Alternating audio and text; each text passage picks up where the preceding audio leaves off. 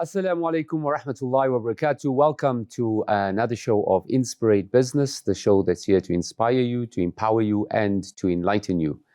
And today on our Red Hot Couch, I have a very good friend, an associate, someone who I respect tremendously as a person who is very passionate, firstly, around South Africa.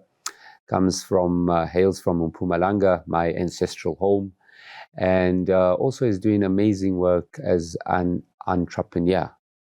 Welcome to the Inspirate Business Show, Brandon Tshabangu. It's an absolute pleasure to have you on our show. Thank you very much, Yusuf, and greetings to the viewers at home as well. Great. Now, Brandon, as I said, you grew up in Mpumalanga, in a small town of Carolina. For those that know Carolina, which when you're traveling toward the Badplaas area, when you're traveling toward Swaziland, Yes. many people passed Carolina. So, I know you are an established legal practitioner, trading under Tshabangu Incorporated. Correct. That's your profession, but you're involved in so many other things. In football, in I think beverages, in commodities, in tourism. It's it's so refreshing. I think that's what it is. It's so refreshing to see somebody that is doing such great work in this country. And boy, do we need to hear positive stories and as an inspiration for many of our viewers.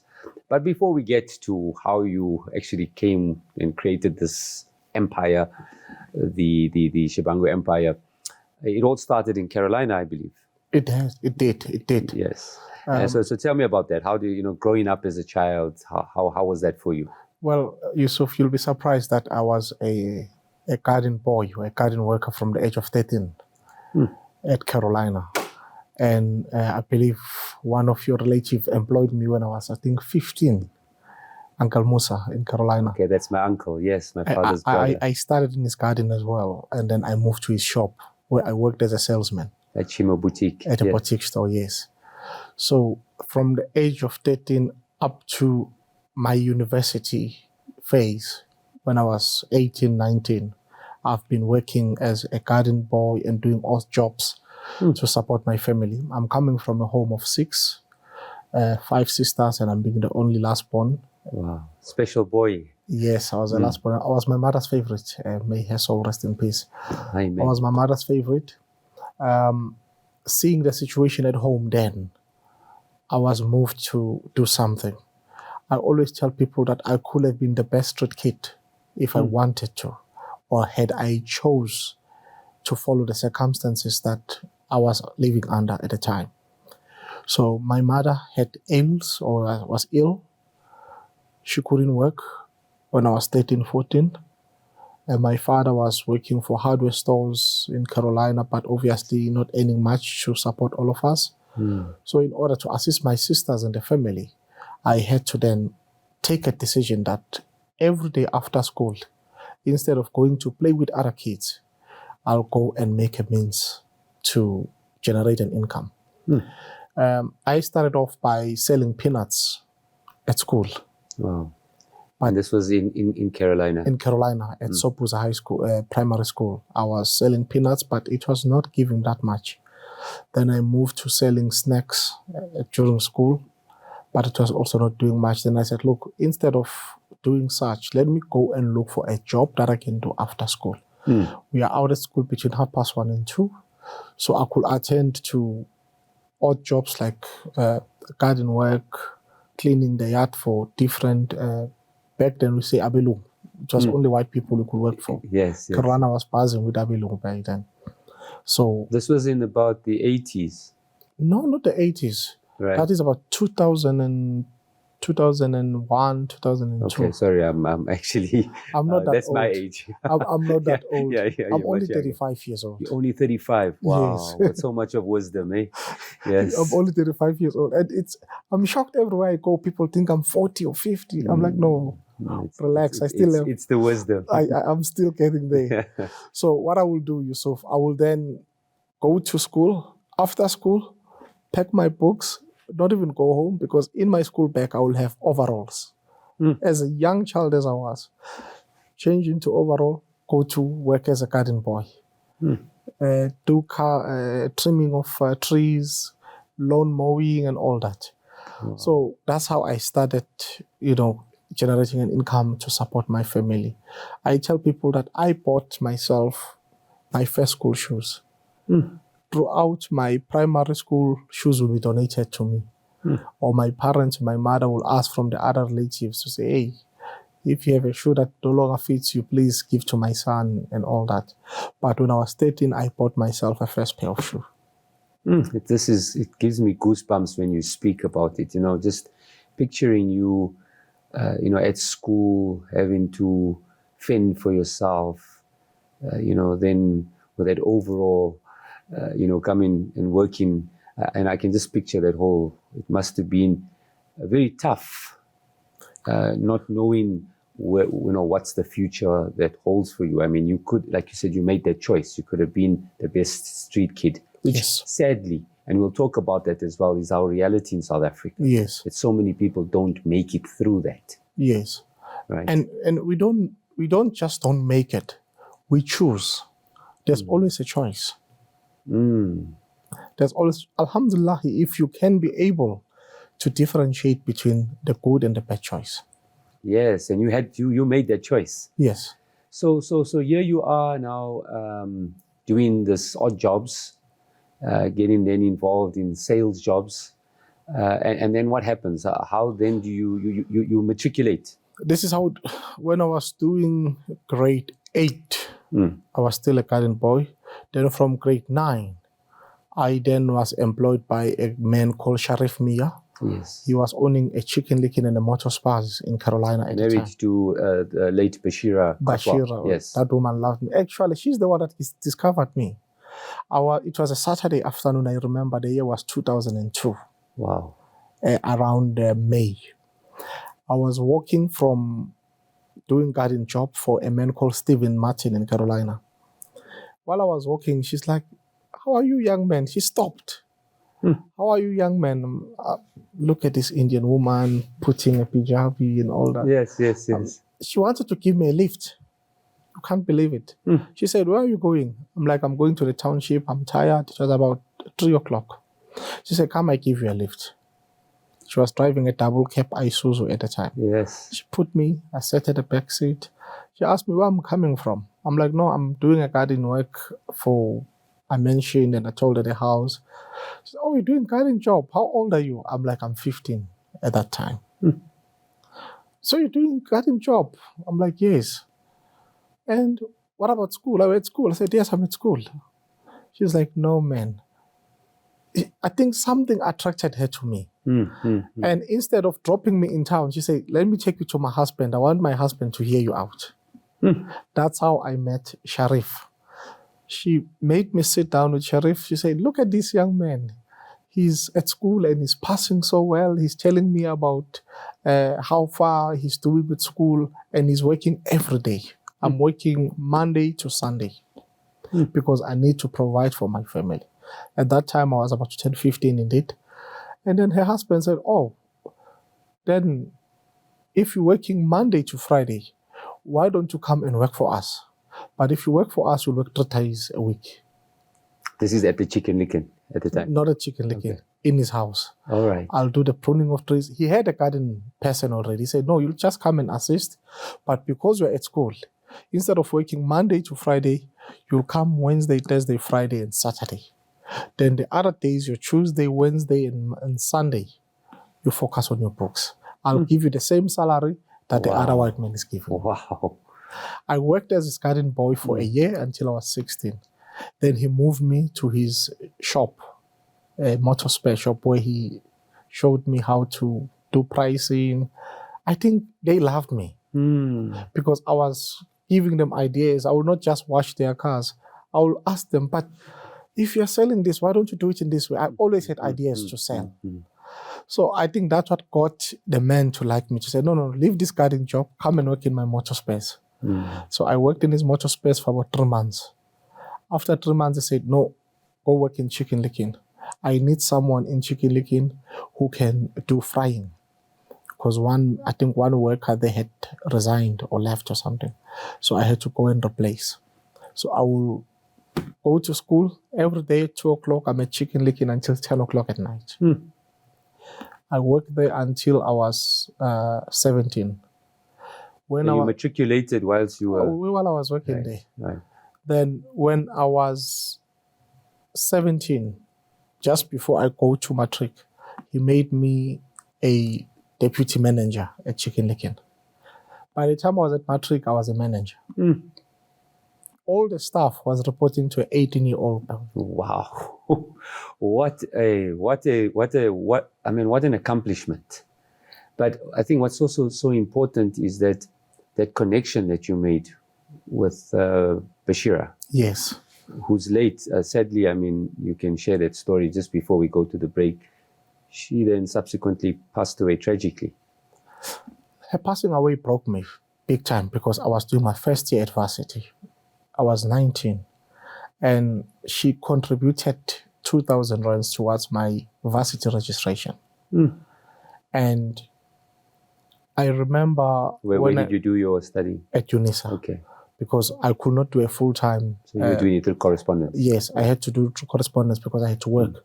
Because you'll be shocked that even when I got to Pretoria, I started a business. I bought tomatoes and vegetables. I was a hawker. You know, the street hawker. Yes. That's how I financed my studies. Oh, wow. Until I completed. So while I was at my first year, I was informed of the news that she was shot in one of their stores in Pretoria. And so you were in Pretoria at that time? I was in Pretoria when she passed on. I was very broken.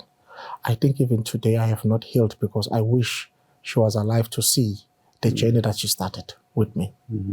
That was your guardian angel. Indeed. That God had sent you. Indeed. And changed your trajectory when you think about it. You know, obviously you had to be prepared for that because you made that choice already.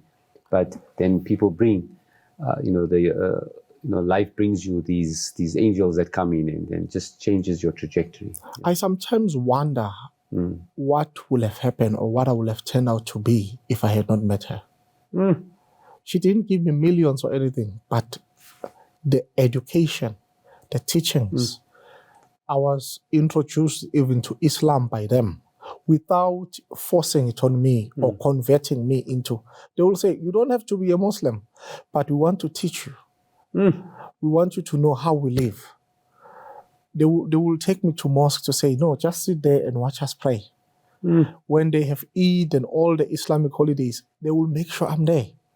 So I then learned how the Islamic family lives. And the culture. The culture more so. That's why even today I can participate easily within the Muslim families. And we'll talk about that. There's something interesting, I think, that you help as well. Yes. So, wow, what a start to this show. Although I know you, I didn't know the story as vividly as you've expressed it here. If that hasn't inspired you, then I think nothing will. Let's discuss this journey, amazing journey, after the break. Welcome back to Inspirate Business. And on our Red Hot Couch, sponsored by Aza Collective, we have none other than Brandon Tshabangu from the company called Tshabangu Incorporated, this empire. And I want to get to this empire and the whole story of how we got to this empire. But Brandon's been sharing with us his amazing story. What a story from humble beginnings. You living in Carolina, in a rural area, right? No, in the township, in the shacks, in the squatters. Okay. I grew up in a shack. Wow. Built of corrugated sheets mixed with planks. Yes. It's cute, like it's going to fall anytime. Each time when it was raining, we have to stand up because you can't lie down. It's dripping. And this is your entire family? This is the entire family. With the 5 sisters? The 2 other sisters left early to stay with their husbands, in inverted commas. Because, marriage was not such a compulsive thing in as far as kids who are growing from such a poor family.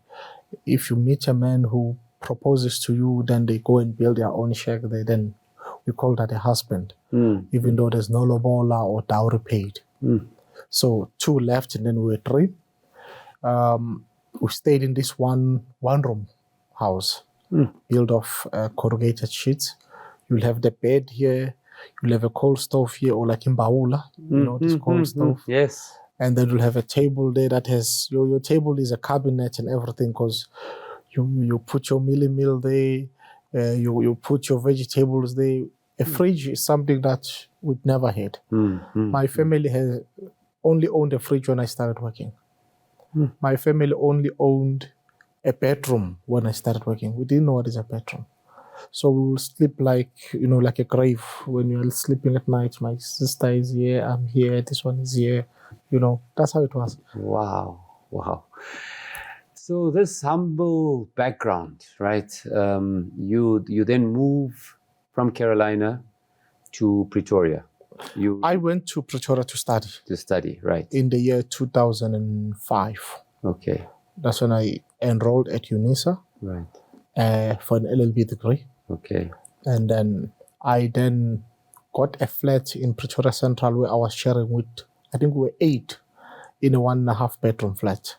Okay. So the same situation that I had in Carolina growing up, I also experienced it when I got to the flat. Now with students. With students. Right. Where we share, we'll have sponges lying on the room. But that was a very good experience. That also made me stronger. And you're working you're doing your side hustle, selling? What I did is the first week in Pretoria, my first priority was to get a trolley. Okay. Yes. I looked for that thing and actually I got it. And I told my flatmates that I'm looking for a trolley.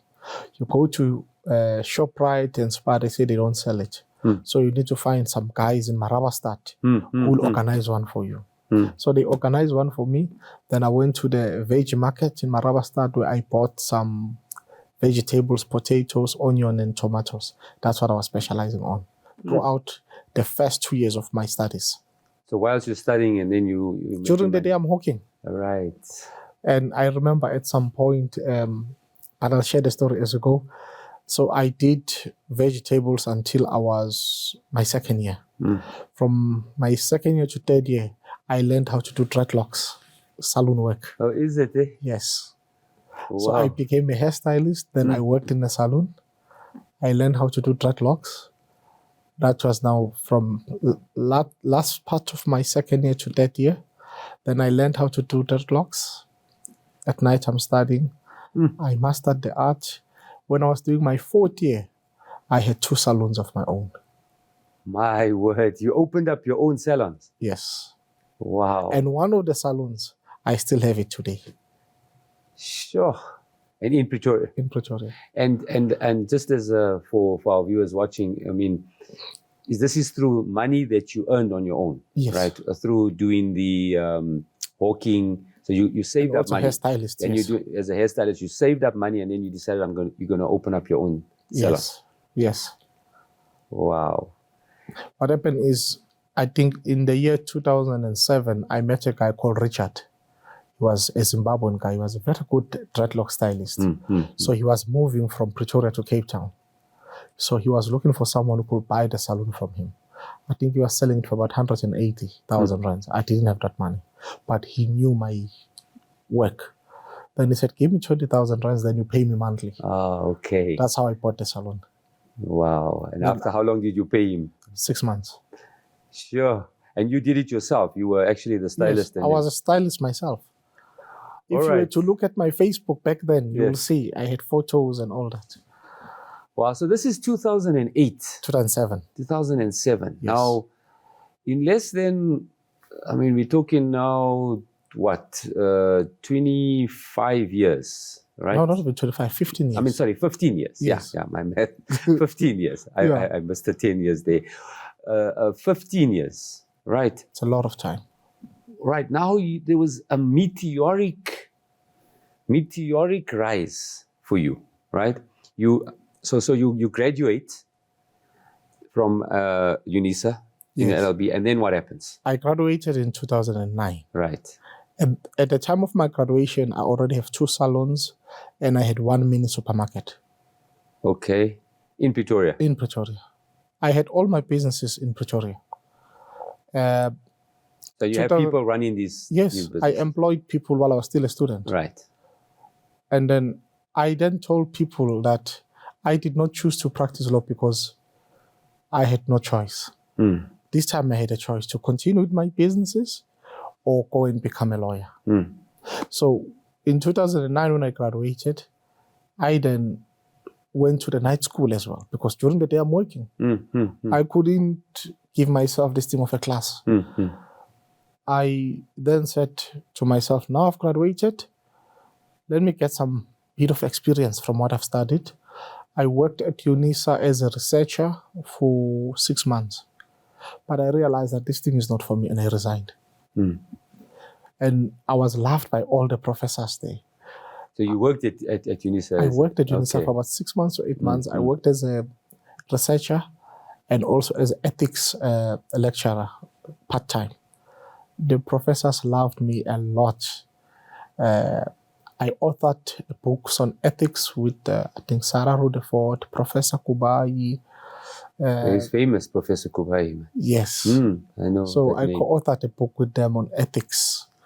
But I realized that this thing of sitting in a computer and reading multiple pages and writing dissertations that are endless is not for me. My job is to employ people. My job is to create jobs because at some point in my life, I had to be employed to change my situation. So I felt like I'm not changing other people's lives that impactfully as an academic.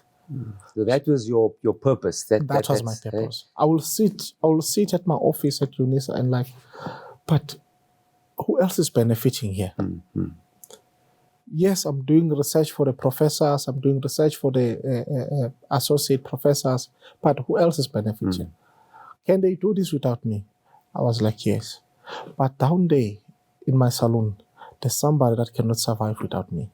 If I close that door, somebody will suffer. Let me rather resign here and go and open more shops, more businesses. Then I opened cigarette businesses in Dutoit Street, the first cigarette wholesaler. Employed people. I had to close it down because of theft and crime. Moved from there, started restaurants in Sunnyside, laundromats. So my passion was to not see an empty space. When I see an empty shop, I knew exactly what I was doing. You need to turn that into a money-making business. Yes, then I started a new business in 2010. By this time, you're not practicing law? I'm not practicing. Okay. I'm still studying practical legal education at night. Okay. Because during the day, I must do business. You'll be shocked. I made more money through building the stores and selling it. I see an empty shop. I either build it into a cell phone store. You always have Pakistanis, Bangladeshis. You build a store, you put the fittings now. Tomorrow they give you double the price. You build a supermarket in Sunnyside. Back then, I will start a mini supermarket, 200,000 rands. But in 2 months' time, I sell it for 100,000 rands. That's the business that I then was pushing in 2010. And it boomed. Wow. I think I've built over 25 stores. My word. You just build and sell. So you became a mini property magnate as well? No. Business sale. Okay. Not property. I'm not into property. I go and lease the store at City Property or Irkor. Customize it for that type of business, be it a supermarket, saloon, and all that. Yeah, and then Then I just sell the business. No. So before we get to the break, you're doing all of this here. So entrepreneurship is in your blood, right? It's in your blood. You got your purpose that you want to make an impact. Yes. And you've got this now legal profession. You graduate officially in what year? In 2009, right. And by end of 2010, I completed my practical legal education. So when do you start Tshabangu Incorporated? I'll tell you. Right. there's something else that is interesting in that gap. I then I qualified in 2010 to 2011, but I did not start my law firm. I did not even push for my admission. I started Tshabangu Legal Consulting. With Tshabangu Legal Consulting, I only was doing immigration law. I was the first black lawyer in this country to introduce the immigration legal practice. Wow. And how did I do it? When I was running the salons, when I was a hawker, I was relating to different immigrants. Of course, you're selling these businesses to the Pakistanis and the Bangladeshis. Yes, but I realized but now they need permits. Permits, of course. And very often they will want to pay me cash, 200,000, 100,000 because they don't have a bank account. Yes. So I sat down, I'm like, but such a huge market. Nobody's helping these people. Let me start a legal consulting business that will focus on helping only immigrants. So my job was to then sit down with Home Affairs officials at the head office level, at the ministerial level, to understand how can we help these people. That's why I was later appointed in the African Diaspora Forum, South African Immigration Board and all that. I then said, instead of flooding the criminal justice system, the commercial system, let me take this niche. Yes. I then took this niche. My office was like a public office. When I opened my office, you'll get a queue from 7 o'clock until 10 o'clock. All the expats. Immigrant only. Yes. Wow, we've come to the end of the segment. I'm absolutely intrigued by your story, Brandon. What's very important, and I think what comes out strongly here, is that, entrepreneurship for the sake of entrepreneurship is also, I think, a misnomer. Sure. It's about finding that gap of what people need and then meeting that need. And I see that is what you've done very strongly. You see an opportunity and he says, listen, this is somebody who would need this. I open stores, I sell them. People need dreadlocks, right? You open their salons. Then you in a legal profession, you can be everything to everybody. Yes. But you niche yourself because at the time, that was a need. And I think you have your finger on the pulse on the ground because you've come from the ground. Yes. From the streets. From the street. And that is so powerful. Let's explore this beautiful journey by Brandon Tshabangu after the break. Welcome back to Inspirate Business, the show that's here to inspire you, to empower you, and to enlighten you. And have I not been enlightened? I hope you watching have been as enlightened as I have over this last half an hour with brother Brandon Tshabangu as he shared his story growing up in a shack in Carolina with his siblings, sharing sponges on the floor, then gets a lady who is now late, Marhuma Bashira Kotwal, who finds him and changes his trajectory, gets him an opportunity to work. He then becomes a young manager of a chicken licken in Carolina. He completes his studies, he works, and what's so strong is, that comes out so strongly, is that constantly throughout this journey, he's hustling and finding opportunities, man, and in a fun way. I mean, the way you say it is not in a struggle way. It's like all part of the journey, right? Yes. And funds himself through his schooling, through his university, and graduates with an LLB, and finds a niche in that as well.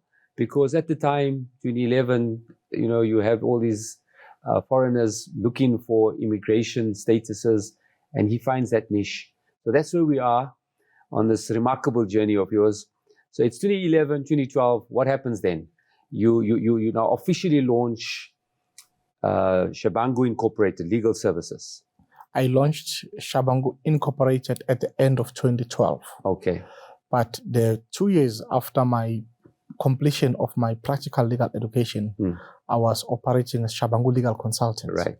TLC. Okay. I ran that for two years, and then after I converted into Tshabangu Incorporated, which is now a fully fledged law firm. Okay, so you then impact I believe even the legal or the legislative side of it with regards immigration.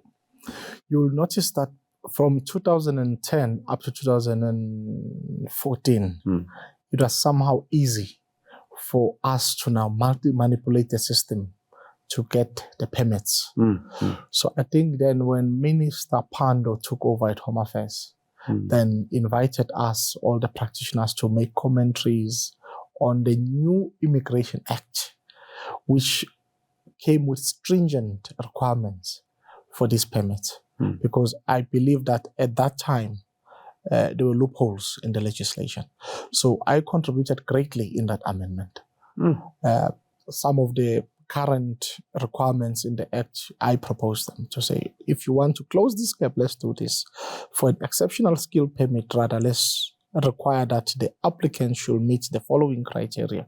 Because before, you could just come with a qualification from another country, have yourself registered with a professional body in South Africa, then you qualify for a skills permit.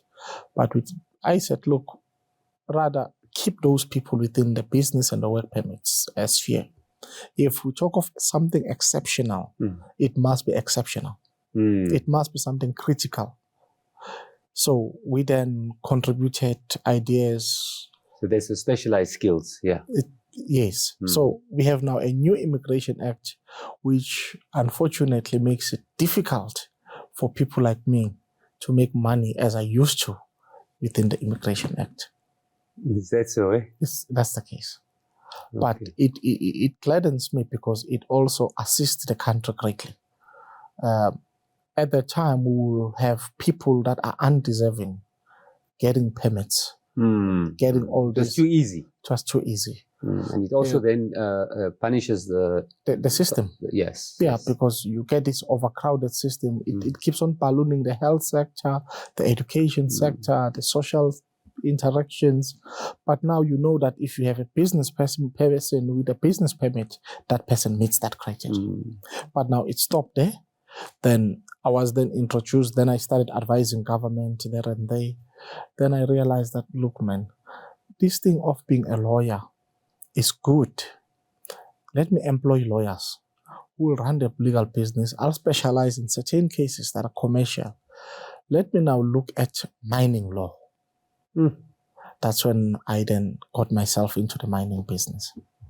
So it's through this legal profession that you're now getting into, but you still have the strong undercurrent that keeps on getting you there, this entrepreneurial spirit, this of impacting people, this of employing people, because you know you were impacted by somebody employing you that took you out of your squalor. So you now wanting to help others. I think one of my weaknesses is to see me not producing other people like me. I love to create entrepreneurs. I love to create people who will take risk every day. So hence, each challenge I start, immediately I started, I leave it and I get someone to continue with it while I start something else. So tell me now, right, where you are, and I'm intrigued about this. So you involved, you've got your legal profession, you're dealing with some of the huge cases in the country, some of these sensitive political cases as well. I mean, more commercial. You probably will know some stories that we do that will probably get our hair raised around the whole issues that happen in our country. And we have a very complex country. We know that. Correct. You also have interest in mining. Correct. You have interests in, and you've resuscitated the tourism industry in Mpumalanga, in your hometown, Carolina, by setting up a resort. Yes. Where I believe you're hosting the current politicians. The acting premier is going to be. It's going to be there next week. Next week. Wow. You were, I think, nominated for a Mpumalanga Business Person of the Year, or you were Business Person of the Year? I was Mpumalanga Businessman of the Year 2018, and I was South Africa's Businessman of the Year 2017. Wow. Now, you then also have a football club. Yes. Which I believe it's in the ABC Motsepe League. Correct. and have signed up an association with Blackpool in the UK in the Championship, We are in where discussions. you with have Blackpool. players that go there. Yes. Now, how do you, one watching this year, I mean, this has happened in less than what, 6-7 years now? I would say that. Look, 10 years. It's been 15 years since I graduated. If you look from 2009 to now, how many years? Yes. Pretty much 15 years. Yeah. So it's a journey of 13 years. But for me, it's not a journey of 13 years because it's a journey of all my life. Yes. I've never rested. From the age of 13, I'm working. I tell my wife every day to say, you guys talk about holidays. I don't know about holidays because I've been working throughout my life. There are things that I can't relate to. I still find it difficult to go to the ocean and just walk, just look at the waves. Yes. If I look at the waves, I look at what I can sell. That's me. And I become that boring husband somehow. Because if I go on a holiday... You're thinking maybe, how do I make money out of the ocean? Yeah, exactly. Maybe that's the next move. I come back with either a contact. If I don't come up with a network, I come with a business concept to say, while I was there, this is what must be done. So one of the involvements that warms my heart is that of contributing to those that cannot help themselves. I am contributing currently to the Carolina Old Age Home. I'm feeding over 60 elderly and disabled people on a monthly basis. That's what warms my home. I'm taking care of over 58 people through the football team who are employed because of me. I'm taking care of over 200 people in the resort and entertainment business because of me. I'm happy that in the mining business, there's over 500 people that goes to bed with food because of me. In the retail market, I'm happy that there are few stores with over close to 100 people that goes to bed with food because of me. That's what warms my heart. That is what warms your heart. That's what warms. There's also something that I heard about, which you give back to the Carolina community by providing bursaries, don't you? I used to do that a lot, but for the past 2 years, I have not done much. But you were giving back to because... I was giving. I've gotten about 16 graduates under my foundation. And these are not necessarily just African kids, right? Black kids. It's also some of the Muslim kids. Yes, even whites. I also funded white people. Yes. I don't believe that we must help people based on skin color or race or creed. You must help people based on the need and the ability you have to help. And if you see a potential on a person which you can unleash, help that person. You don't have to say because he's a Christian or he's a Hindu or he's a Muslim. Help the person because tomorrow that person will help somebody who will help you. Wow. So right now, okay, we're going to get to about the break, right? And in that last segment, I know you have your pulse or your finger on the pulse with regards to the South African environment. And I know you're very passionate about it. And a lot of our viewers and the country, as you know, we're going through quite a transition. Yes. You know, we've always been through various transitions. We had the big 94 transition. Yes. We're now at another precipice. Many people feel that we a failed country. You know, the naysayers. Yes. Oh, it's just another African country now. Look at all the corruption. Look at this. You deal with some real captains of industry. You deal with politicians. You are a business person. You deal with international players. I want to get, and we'll go to the break now, and I'll ask the question and we'll start immediately after the break.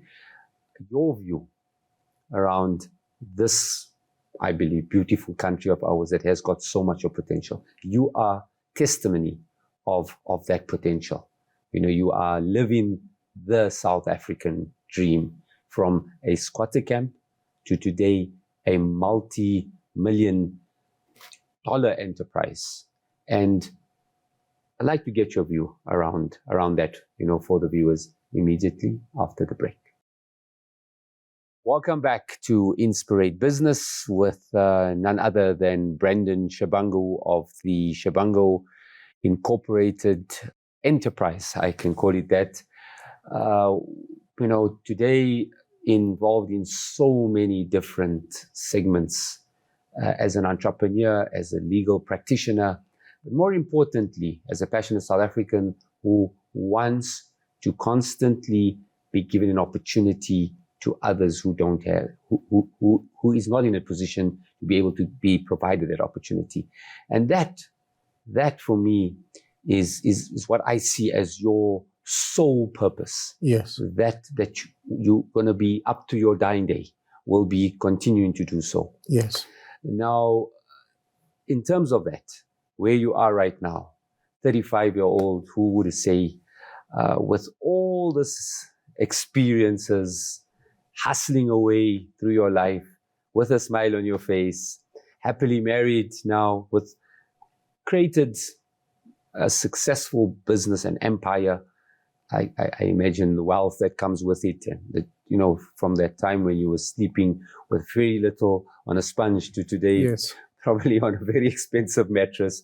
But what is it, for others watching, right? And especially as I asked that question before the break about South Africa, and with everything that we're going through, many people say we are a corrupt society right through.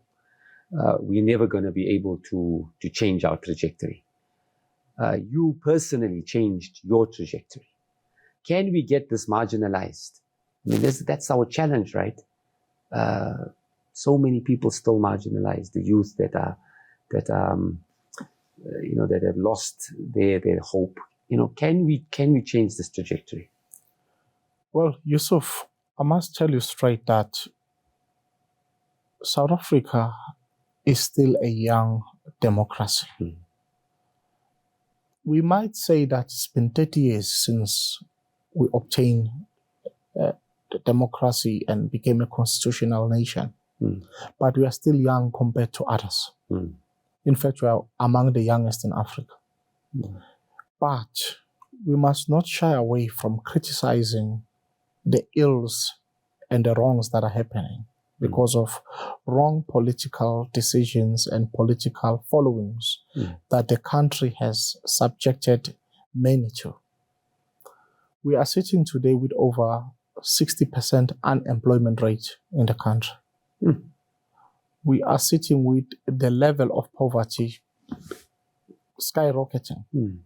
The gap between the rich and the poor becomes more and more. Mm.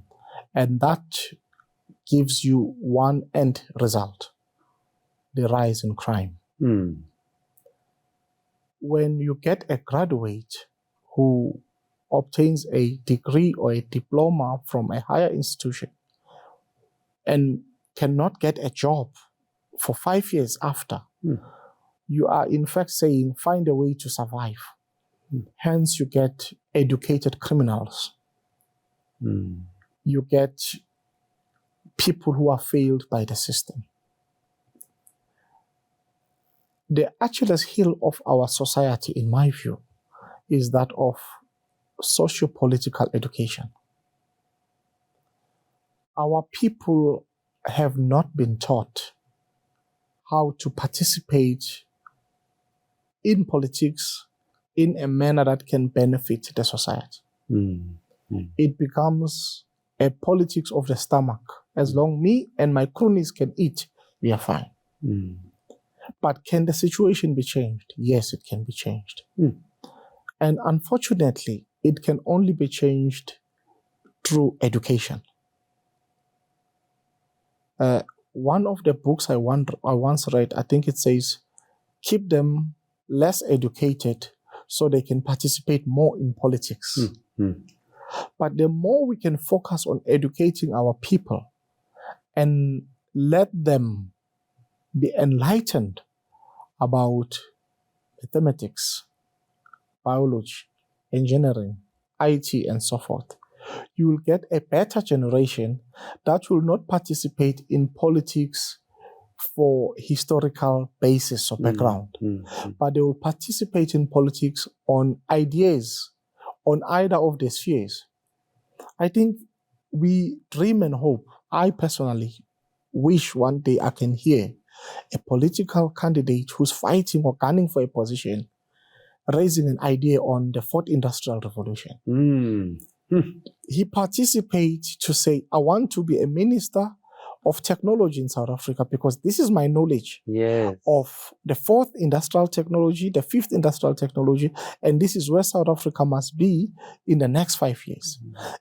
Instead of getting a minister who's got no background in IT, but is a minister of IT.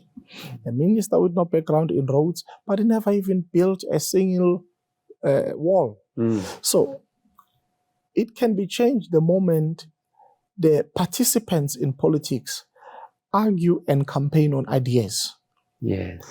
If you want someone to lead public roads, let us get an engineer who will argue and say, I need to be voted as a public roads minister because I've built bridges, I've built stormwater drain pipes, I've built hotels, I've built skyrocketing buildings and so forth and on. That person is able to tell the subservient in politics to say, there's no shortcut in building a bridge, because if you make a shortcut, in no time it will collapse. And two, if 50 cement are needed for a 1 meter wall, it must be 50 cement. But the moment you get someone who does not know how many cement are needed for a 50-meter wall, bridge and concrete, what do you get? You don't only get people who are suffering because of the bridge that collapsed. You also get a fiscal system that becomes overdrawn all the time to repair something that should have been avoided from the onset. I'm inspired by the UAE. Yes. What a remarkable story. The last 20 years. I had one interview of the Prime Minister there, or the King. He's saying, Maktoum, yeah. He says, why do we have to plan for 20 years for something we can achieve in 5 years? You look at Africa, not just South Africa. We are here talking about Africa 2060 goal. All the politicians that are taking the decision towards the 2060 goal won't be there in 2060. Yes. So we are planning for failure now, and we are sitting now. When I was elected in the African Tourism Board, I used to share the same ideas to say, guys, why do we plan for 2060? Can't you play at least for 2025 or 2030? They will tell you, no, but the problem, if you want to plan for 2025, South Africa has its own issues, Namibia has its own issues, so it will take pretty much 40 years for us to come together. I'm like, no. Rather, let each state plan according to its demand. If South Africa has a need that they contemplate to have it done by 2060, let them shorten the time now. If South Africa shorten the time, Zimbabwe will copy, Botswana will copy, before you know it spreads all across. So to answer you directly, Yusuf, we're not yet all doom and gloom. We need to see more youth participating in our politics. We need to see more youth participating more so in municipal politics, because service delivery takes place in municipalities. And the truth is, if you go to places like Carolina, yes, where my uncle is still there, you spend a lot of time with him. Yes, you see a decay of a town like that. Not only in Carolina. Look at all the municipalities. Have you been in Standerton? I believe that is. Standerton was beautiful when I was growing up. Carolina was beautiful. ML was beautiful. All the municipalities are dropping because everybody wants to be in the provincial and national politics. Nobody wants to change in the municipalities. And that's where the opportunity is. That's where service delivery is, and that's where people must prove themselves that they are competent. So I think being the entrepreneur that you are and always making impact, I think that's the next opportunity for you, is to create this educational institution. I'm going to put a challenge to you from the Inspirate Business to you, is that let's create this educational institute that can get our young cadres, our young guys that are passionate. Yes. Take them out of their frustrations and you channel it into the right way, where you then make it an impact on your local level. That's where you can then attract big business, in those areas as well. I think the idea is, and many people have spoken about this, is that you need a multi-stakeholder approach now in South Africa. You can't just have government be the only role player. True. You have to have big business, etc., etc. It's true, you are correct. However, we need to get rid of these political color definitions where people are given opportunities based on the political umbrella they hold. Mm-hmm. The only time we can have the successful multidisciplinary participation in the development of the local communities, entrepreneurship, education, and so forth, is when we say, take away your political umbrella aside, let us work towards the same goal. Whether you have a red or blue political umbrella, you need water. Yes. Let's all make sure there's water. You need roads. Let's make sure we've got roads. But the problem that we have as a country is that people are given audience based on the political color they present. And I think that's again presents an opportunity, a challenge, and always an opportunity. And look, we've come to the end of the show, so I guess that's your next challenge, is to actually be able to get down to working on various projects to get our local municipalities working. I mean, you've already done that through your own way. Yes. In getting tourism into a place like Carolina. That just brings money into that Munich. And there's so many other projects like this that can happen on local level. Yes. And as multi-stakeholders coming together and actually building those towns brick by brick again. And as you say, without any political affiliation. It's just people doing things to get that delivery to the people. Correct. It's an absolute pleasure to have had you on our show. It's already come to the end of the show. Brandon, from the Inspirate Business team, we wish you all the best. It's you are for us a pioneer, a pin-up for what I believe a true South African patron should be. And I think for those that were watching, if this hasn't inspired you, then nothing will. I repeat this. When you look at Brandon's story, having lived in a squatter camp, and we know the realities in South Africa, but today has built this multi-million-dollar enterprise. Therein is an inspiration for anyone out there, whatever you're going through. And many people are going through a lot of challenges. So whatever your challenges are, you know that you make the right choice, as Brandon says, you can change that trajectory. And be prepared, put in the hard graft, put in the work, and then you get angels like the late Bashira that came into your life that changed your trajectory. They could be your angel that comes in and changes your trajectory for you. On that note, Assalamu alaikum wa rahmatullahi wa barakatuh.